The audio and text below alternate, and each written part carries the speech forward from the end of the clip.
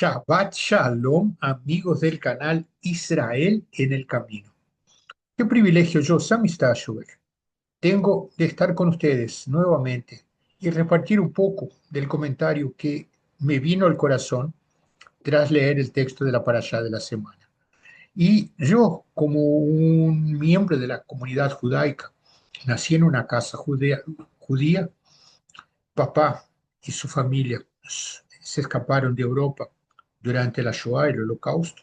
Entonces, teníamos muchas tradiciones que eran constantes en nuestra casa, pero nunca entendimos el contenido real y verdadero de la Torá. Y para eso necesité un encuentro individual con Yeshua, el Mashiach vivo de Israel, para entender qué es lo que era el texto. Y es ahí donde aprendí a leer la Torá con esencia y con contenido. Y esta semana tenemos la parashá que se llama Kitizá. Y está en el libro de Éxodo, el capítulo 30, del versículo 11 hasta el capítulo 34, versículo 35. El primer libro de Reyes, el capítulo 18, del 1 al 39. Dentro de la alianza renovada, la primera carta a los Corintios, el capítulo 8 del 4 al 13, y dentro de los Salmos, el 75. Y la Haftará en Reyes es bastante interesante porque trae algunas realidades importantísimas para nuestra caminada. Pero me voy a enfocar mucho más en la Torá que propiamente en esta Haftará. Entonces, léanla, Primera Reyes 18 del 1 al 39. La parashá se llama Kitizá porque empieza diciendo que él, Adonai, el Señor, habló a Moshe diciendo: cuando hagan el censo para obtener el número de los hijos de Israel, cuando hagan Kitizá. Y me gustaría enfocar el comentario en una alianza renovada, restaurada, permanente. Fíjense lo que dice Éxodo 30 del versículo 29 en delante. Así los consagrarás y serán cosas muy sagradas. Hace referencia a todos los Kohanim, los sacerdotes, y todos los objetos que irían a ser parte del trabajo dentro del tabernáculo. Así los consagrarás y serán cosas muy sagradas. Todo lo que los toque será santificado. También ungirás a Aarón y a sus hijos y los consagrarás para que me sirvan como Kohanim, como sacerdotes. Hablarás a los hijos de Israel diciendo: este será mi aceite de la santa unción a través de todas sus generaciones. No será vertido sobre el cuerpo de ningún hombre, ni harán una composición similar. Sagrado es y sagrado será para ustedes. Si separamos un poco el texto, vamos a entender algunas cosas interesantes. La palabra ungir nos hace acordar del Mashiach, el ungido. Pero estos Kohanim no eran Meshijim, no eran los enviados, no es parte del proceso del Mashiach, pero sí de fueron ungidos, o sea, llevaron la bendición para hacer su trabajo. Y fíjense de que no era cualquier persona, tenía que ser de la descendencia de Aarón y tendría que pasar por un ritual donde habría un aceite especial preparado para eso. Entonces, lo importante es entender de que el sacerdocio levítico, el sacerdocio en el tiempo de la Torá viva, era transmitido a través de la unción de estos sacerdotes. Cuando digo la Torá viva, no es que la Torá pierde su esencia, por lo contrario, la Torá es permanente. Del inicio de la eternidad hasta el final de la eternidad, siempre la Torá está viva. Pero hay muchas instrucciones que la Torá contiene y que hoy no pueden ser hechas, porque la unción que era necesaria para ser Cohen adelante del tabernáculo y en el templo, no podemos hacerlo hoy. Muy fácil. Hoy no tenemos más el templo, ni tampoco tenemos el libro de las generaciones, el libro de donde están selladas, donde estaban selladas, inscriptas las familias. Entonces, como no sabemos hoy quién sería esta descendencia, entonces no podría ser hecho este proceso. Y es por eso entonces que digo de que la Torah está válida, pero muchas de las instrucciones que eran dadas hoy tendrían que ser reemplazadas. Ahora fíjense ustedes de que el uniforme del Cohen era alguna cosa que fue explicada en Éxodo 28, a partir del versículo 3. Tú hablarás a todos los sabios de corazón a quienes he llenado de espíritu y de sabiduría, y ellos harán las vestiduras de Aarón, para consagrarlo a fin de que me sirva como Cohen, como sacerdote. Las vestiduras que serán confeccionadas son las siguientes: el pectoral, el éfod, la túnica, el vestido a cuadros, el turbante, el cinturón. Harán las vestiduras sagradas para tu hermano Aarón y para sus hijos, a fin de que me sirvan como sacerdotes. Aarón y sus hijos eran parte de la tribu de Leví.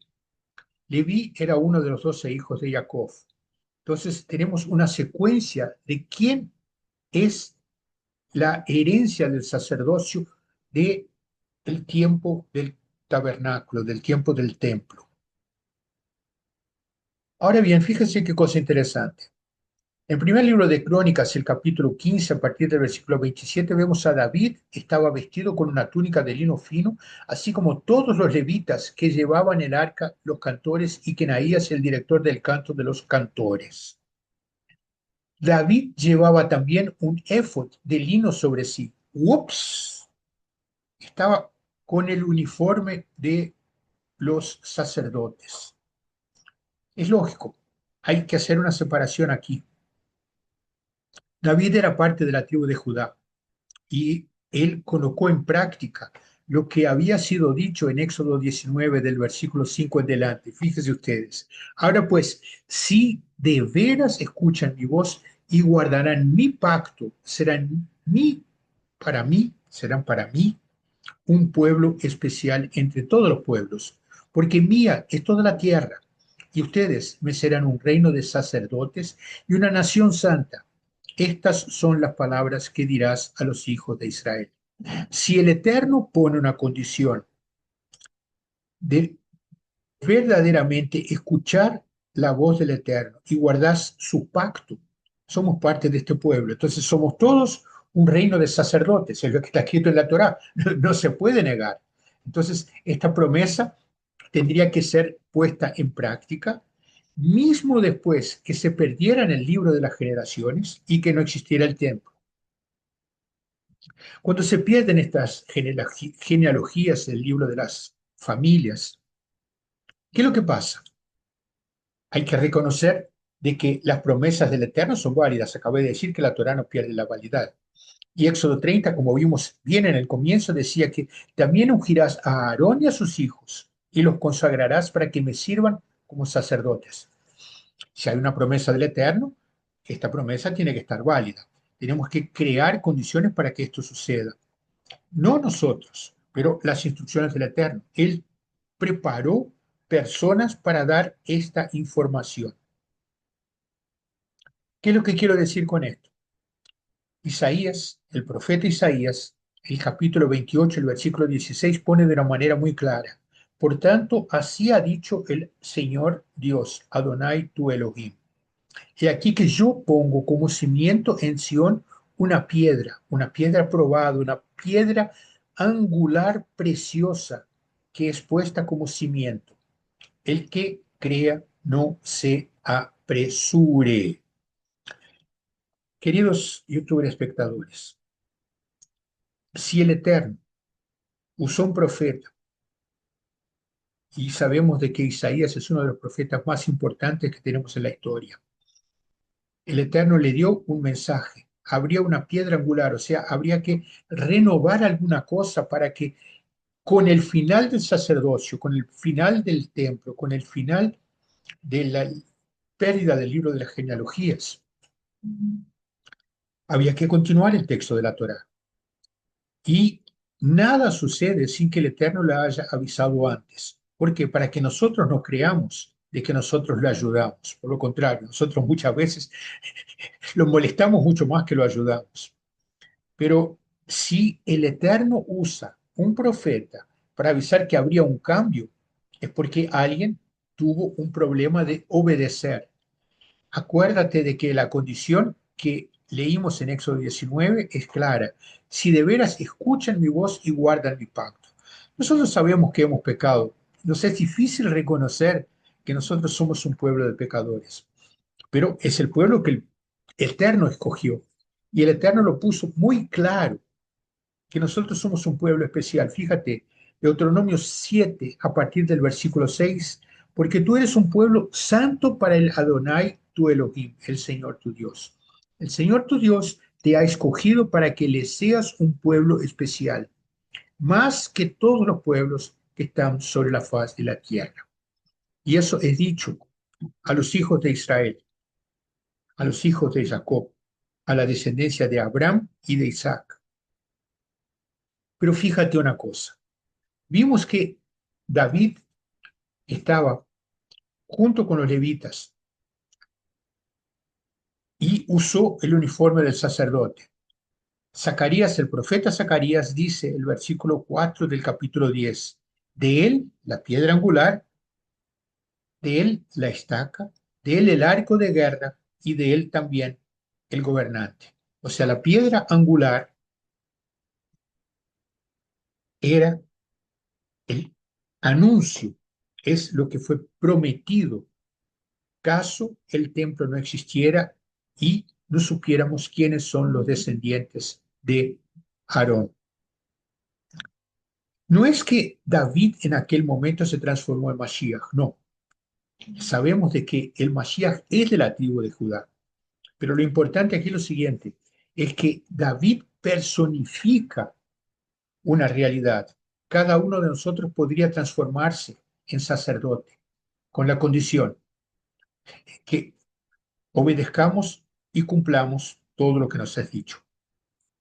El libro de Mateo, el capítulo 21, Yeshua, el Mashiach, Yeshua el ungido, Yeshua, el que es el Goel Israel, el redentor de Israel, dijo, ¿no han leído en las escrituras la piedra que desecharon los edificadores? Esta fue hecha cabeza del ángulo.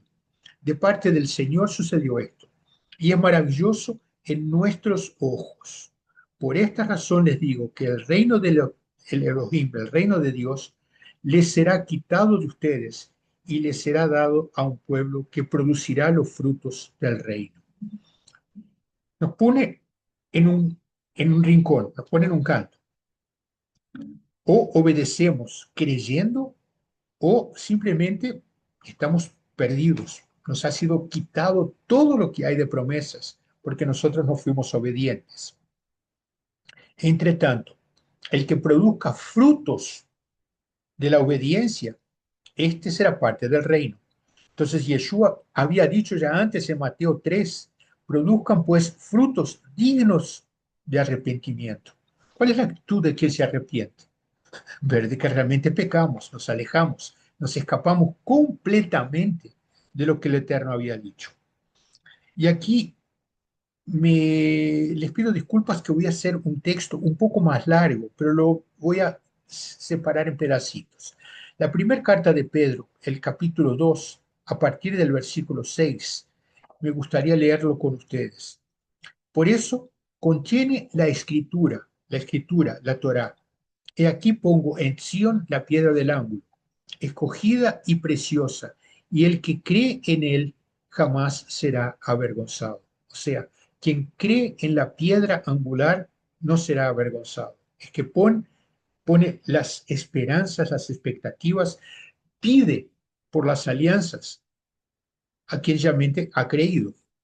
Entonces el versículo 7 dice que de manera que para ustedes que creen es de sumo valor, pero, pero para los que no creen, la piedra que desecharon los edificadores, esta fue hecha cabeza del ángulo y piedra de tropiezo y roca de ángulo. Aquellos tropiezan siendo desobedientes a la palabra. Es el versículo 8, no soy yo que lo digo. Aquellos que tropiezan siendo desobedientes a la palabra, pues para eso mismo fueron destinados. Pero ustedes, versículo 9, pero ustedes son linaje escogido, real sacerdocio, nación santa, pueblo adquirido, para que anuncien las virtudes de aquel que los ha llamado de las tinieblas a su luz admirable. Y cierra el versículo 10. Ustedes en el tiempo pasado no eran pueblo, pero ahora son pueblo de Dios. No habían alcanzado misericordia, pero ahora han alcanzado misericordia. Vean ustedes que el Eterno durante todo el tiempo quiere un pueblo para sí. Nos propone alianzas y nos da condiciones, herramientas para que estas alianzas sean siempre mantenidas, firmadas. Pero, ¿y cómo estamos nosotros delante del Eterno? ¿Cuál es tu posición delante de Él? ¿Has creído de que realmente es necesario a una sustitución del texto que hablaba de Kohanim, pero que tenían que ser ungidos a través de un descendiente de Aarón y que hoy no lo podemos hacer? ¿Te parece que Dios se olvidó de ti? No. El profeta Isaías lo pone de una manera muy clara. Los tengo escritos en las palmas de mis manos. Entonces, si el Eterno sabemos que es fiel, porque Él ha cumplido todo lo que dijo, y esto llegamos hasta aquí, contra todo el problema de antisemitismo, contra todas las dificultades, el pueblo de Israel todavía subsiste. Y todos los que lo quisieron derrotar fueron derrotados. El pueblo de Israel continúa. Entonces, cree que el Eterno tiene planes individuales para cada uno de los que le creen. Y él no se daría el trabajo de hacer la revelación de sus ganas, de su voluntad, a través de boca de Moisés, porque es lo que le dio a Moisés en el Sinai. Y como había sido dado en el Sinai, entonces es Dios que se revela a través de la boca de Moisés. ¿Te parece que el Eterno no cumpliría una alianza? ¿Te parece que el Eterno se olvidaría de ti? Nosotros nos olvidamos de él.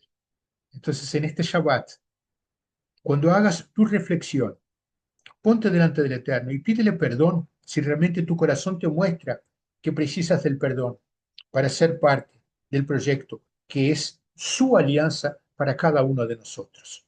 La condición es clara, o lo aceptamos o vamos contra. Dios sin ti continuará siendo Dios. Tú sin Dios estamos con problemas. Que esta sea su reflexión y que crezcas delante del Eterno, no solamente en Shabbat, pero todos los días de tu vida. Y que esto te alegre el corazón. Shabbat Shalom.